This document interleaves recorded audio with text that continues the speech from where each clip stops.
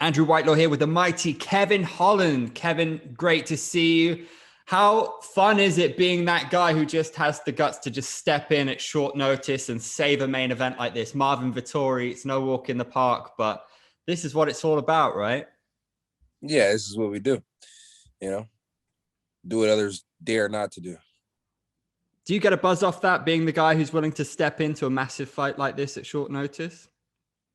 I mean, yeah, I get a buzz knowing that I'm the true. Oh, sorry about that. I get a buzz knowing that I'm the true fighter and everybody else is just playing the game. You know, it does feel good. It does feel good to know that any day, anytime, any place, whoever wants it can get it. I'm the smoke man. I deliver all the smoke. Marvin Vettori is on fire right now. You know, the guy's flying on 4 victories. How big of a test do you see him as for you in terms of his skill set, in terms of how tough he is? Yeah, it's like 4 victories is nice, but how many people have done 5 in 1 year? You know, so props to him on his little 4. Do it faster and do it more. So it'll be fun. It'll be good. Looking forward to getting out there. How big of a point to prove do you have? You know, you took a lot of criticism off Dana for your last performance. Did you take criticism off yourself for how that went? What was your takeaway from it? And what are you looking to prove this time? Yeah, nobody's a bigger critic of the Kevin Holland than Kevin Holland. You know what I mean? So, and it doesn't bother me. You know, the boss has things to say, and I appreciate that.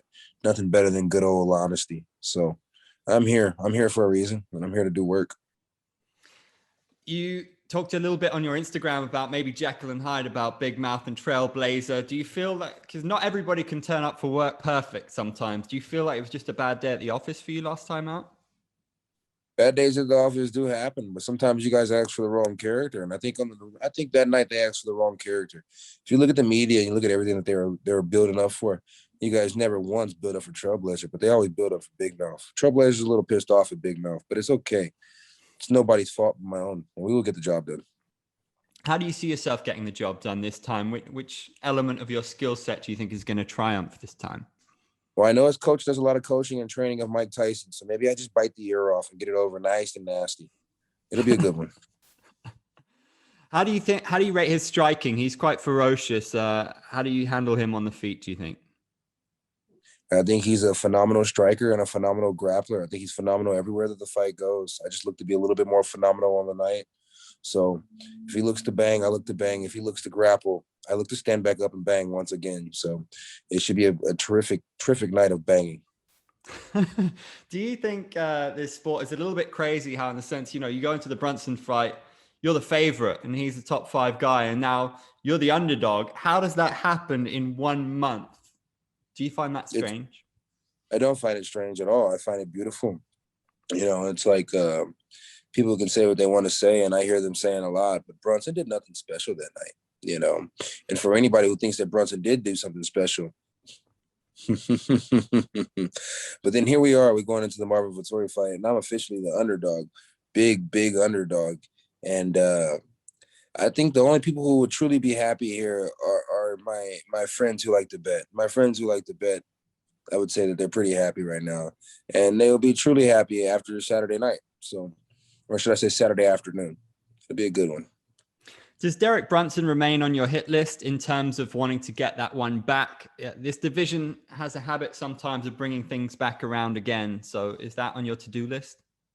If it comes back around, I'd be extremely happy, more happy than anything else.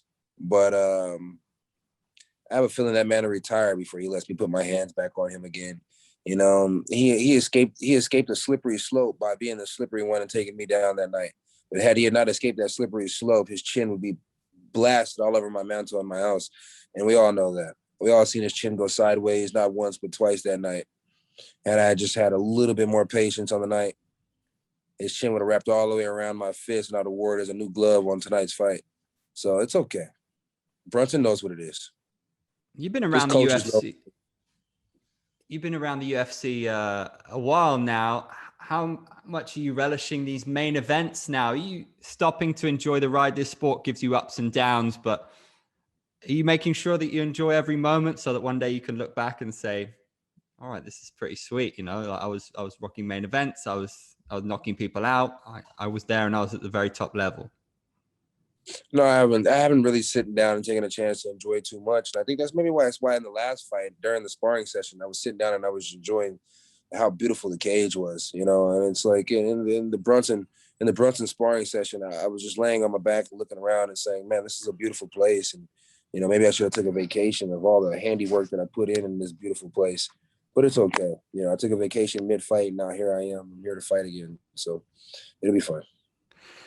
I know you said that the media always place too much emphasis maybe on the big mouth thing, on the talking in the cage, but it does make the fight interesting. I think, a guy very famous for that was Nick Diaz, when he was talking to Robbie Lawler, that was something else. Is he a guy that you respect? How would a fight between you guys look if you guys were both very high level fighters, very high level talkers? And Nick, right? You said Nick, right? Yeah. It's kind of already happened. Yeah, it's no big deal. We both talk and ultimately nothing special happened. So usually when things like that happen, you get a stalemate. So it was a stalemate that time. And if me and him ever was to fight again, it wouldn't be a stalemate. I had a gallon of water in my hand that time. I wouldn't have a gallon the next time, So no big deal. Yeah, So it's like you wouldn't be interested in doing that again if he came back? if he came back, that means I'd have to cut down to 170. And it's like as much as I like the way that sounds, just not done killing shit at 85 yet. It's an exciting division. The Izzy fight, how far away do you think you are from that? There's been a lot of build up. Were you disappointed with how that went in terms of the verbals recently? Disappointed that the man lost out on the sponsorship just from speaking his mind. Yeah, I'm disappointed in that because I wish no party to lose money unless I'm the one taking it from you, And in a way, I did take it from him, but that wasn't in the intentions of the way of taking it. I'd rather take it by snatching half your jaw off, you know what I mean? And you losing half a check. This man lost his sponsor money for saying some words that wasn't that bad. I think that they should go ahead and they should reconsider. Don't never get mad off words that somebody says to me because I'm known for pulling out the worst of the worst into somebody when it comes to speaking because I speak ill, nasty, mean, funny, all those things, but I speak. Do you think there's a bit of heat behind that now? Do you think, as well as anybody, you have to sell a fight and it puts you in a better position than other guys who might be in the top 10 to fight him if there's some heat behind it, if people care about the fight, right? So do you feel that there's a bit of buzz about that one when the time comes?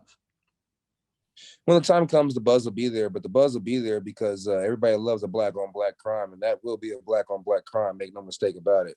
So when the time comes, the time comes. It's like if it's buzz they want, it's buzz they'll get. They always know how to way to create extra buzz, more buzz than what's even needed. Me personally, I'm just looking forward to going out here cracking some skulls until I can get to where I need to get. I'm knocking on the door, and if people's faces are the doors, and those are the doors that I choose to knock on, the time will come. Who do you think is the best fighter in the top 5 outside the champ right now? Who has your respect? Nobody has my respect more than Big Mouth and Trailblazer. Those two have my respect the most. Kevin Holland respects Big Mouth and Trailblazer more than anybody else in the world. And so I look forward to going out there and giving those guys all the respect and letting them do their job come April 10th. Do you see this one ending in a finish, or are you quite happy for it to go the distance? Does the performance matter to you? Is it all about the result here? 632 like an area code. That's what I'm looking for. 632 like an area code.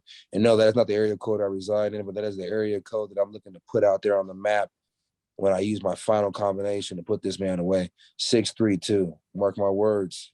I'm talking now, so I don't have to talk later. 632, baby. All right. Even though I'm from the 9 and the 817, 632 is what I'll be banging across their faces come April 10th. Final one, if you don't mind putting your analyst hat on for a second, McGregor Poirier 3 is going to be the biggest fight of the year, probably. Would you mind giving us a prediction for that one? When you guys want a prediction for that one, make sure you guys tune in to my Instagram, Trailblaze to the top, and make sure you go with my bookie and bet all the money that you can bet so that way I can get paid and use code Holland10, and that's when I'll give you the prediction closer to the date and closer to the time. Until then, you just watch me. Fair play, brother. Thank you very much. Respect, enjoy, and good luck in your fight. It's really good to talk to you. Thanks, man. Thank you very much. You have a good afternoon.